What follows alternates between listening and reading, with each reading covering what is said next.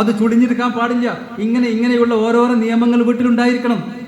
നമ്മൾ ചെല്ലുമ്പോൾ വീട്ടിലെ ബെഡ്ഷീറ്റ് മൊത്തം കുട്ടി കിടക്കുന്ന ബെഡ്ഷീറ്റ് മൊത്തം ചുളിഞ്ഞ് കിടക്കുകയാണെങ്കിൽ മോളെ എവിടെ വന്നാ ഇത് വിരിച്ച ബാത്റൂമിൽ ചെന്നപ്പോൾ ലൈറ്റ് ഓഫ് ആക്കിയിട്ടില്ല. ആരാ അവസാനം പോയത്? ഇന്നാലാണ്. എന്നാൽ അയാളെ വിളിച്ചോണ്ട് നമുക്കത് ഓഫാക്കാനുള്ളൂ, നമ്മൾ ഓഫാക്കരുത്. വിളിച്ചോണ്ട് അതാ കറങ്ങണ്, നീ മറന്നോ, അത് ഓഫാക്ക്. ഇങ്ങനെ 4-5 പ്രാവശ്യം ചെയ്യുമ്പോൾ തീർച്ചയായിട്ടും കുട്ടിയിൽ ആ ബോധം വരും. വെള്ളം ടാപ്പ് അത് ശരിക്കും പൂട്ടിയിട്ടില്ല, ഉറ്റിപ്പോകുന്നു. കുട്ടിക്ക് തോന്നണം എൻ്റെ ചോരയാണ് ഉറ്റിപ്പോകുന്നത്, ഭൂമിയുടെ ജീവജലമാണ്, ചോരയാണ് ഈ വെള്ളം, അത് പാഴാക്കാൻ പാടില്ല. കുട്ടിക്ക് ആ ബോധം ഉണ്ടായിരിക്കണം, അത് പറഞ്ഞു കൊടുക്കണം. അങ്ങനെ പറയുമ്പോൾ അത് ഉള്ളിൽ കത്തുമ്പോൾ കുട്ടി അതിനനുസരിച്ച് പാകപ്പെടും. അങ്ങനെ നമ്മൾ വ്യക്തമായ നിയമങ്ങളും വരമ്പുകളും ഉണ്ടാക്കിയിട്ടായിരിക്കണം. കൊട്ടക്കണക്കാവരുത്. ഒരിക്കലും സ്കൂളിൻ്റെ വരാന്തിരി നിന്നിട്ട് മാഷൊരു കാഴ്ച കാണുകയാണ്. ഒരു കുട്ടീൻ്റെ കയ്യും പിടിച്ചിട്ട് ഒരു വാപ്പ അങ്ങനെ വരുന്നുണ്ട്. കുട്ടി ഭയങ്കര കരച്ചിൽ, LKG കുട്ടിയാണ്. അപ്പം എന്തിനാ കുട്ടി കയറണത്? വരുന്ന വഴിയിൽ ടെക്സ്റ്റൈൽസിൽ ഒരു ഡ്രസ്സ് കണ്ടു, ഒരു ഉടുപ്പ് കണ്ടു, ആ ഉടുപ്പ് കുട്ടിക്ക് വേണമെന്ന് പറഞ്ഞിട്ട് പെൺകുട്ടി കരയാണ്. അപ്പോൾ മാഷ് കുറച്ച് നേരം ആശങ്കയിലായി. ഇപ്പം എന്താ കാട്ടുക? അത് വാങ്ങിക്കൊടുക്കാൻ വല്ല പാകം കൊണ്ട് വെച്ച്. എന്താ മാഷ നിങ്ങൾ പറഞ്ഞത്?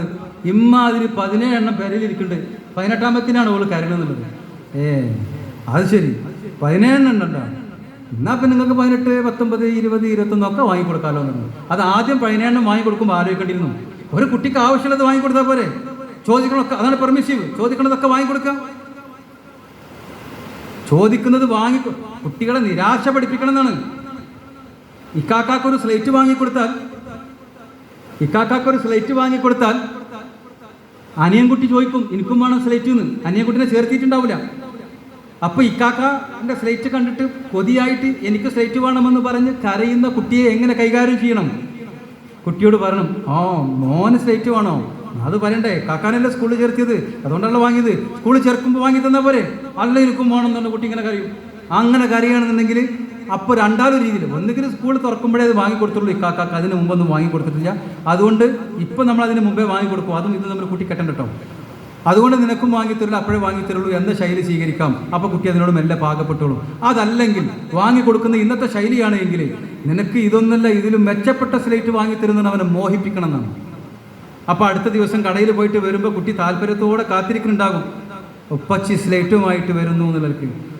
സാധനത്തിലേക്കായിരിക്കും കുട്ടി നോക്കുക, ഉപ്പാനൊന്നും നോക്കൂല, സ്ലേറ്റ് നോക്കും. പക്ഷേ സ്ലേറ്റ് ഉണ്ടാവരുത്. അപ്പോൾ കുട്ടി നിരാശപ്പെടും, കരയും. ഉപ്പച്ചി വാങ്ങിത്തരും, ഇന്ന് വാങ്ങിത്തരും എന്ന് പറയരുത്, നാളെ വാങ്ങിത്തരും.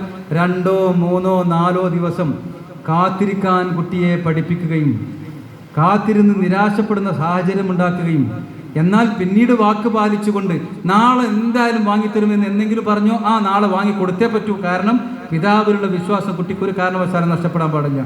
പറഞ്ഞ ദിവസം വാങ്ങിക്കൊടുക്കുകയും ചെയ്താൽ ആശാഭംഗങ്ങളോട് പൊരുത്തപ്പെടാനുള്ള കുട്ടിയുടെ മനസ്സ് മെച്ചപ്പെട്ടു വരികയും ആ കുട്ടി കൂടുതൽ കരുത്തനായി മാറുകയും ചെയ്യും. ഇത്തരത്തിലുള്ള രീതികളാണ് കുട്ടികളെ നമ്മൾ ശീലിപ്പിക്കേണ്ടത്.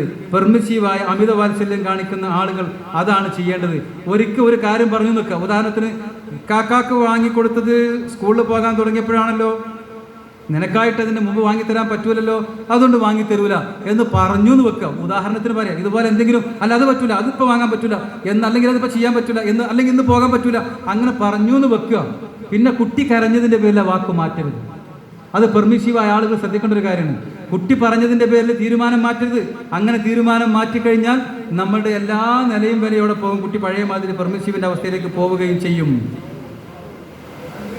കൊടുക്കണ്ട.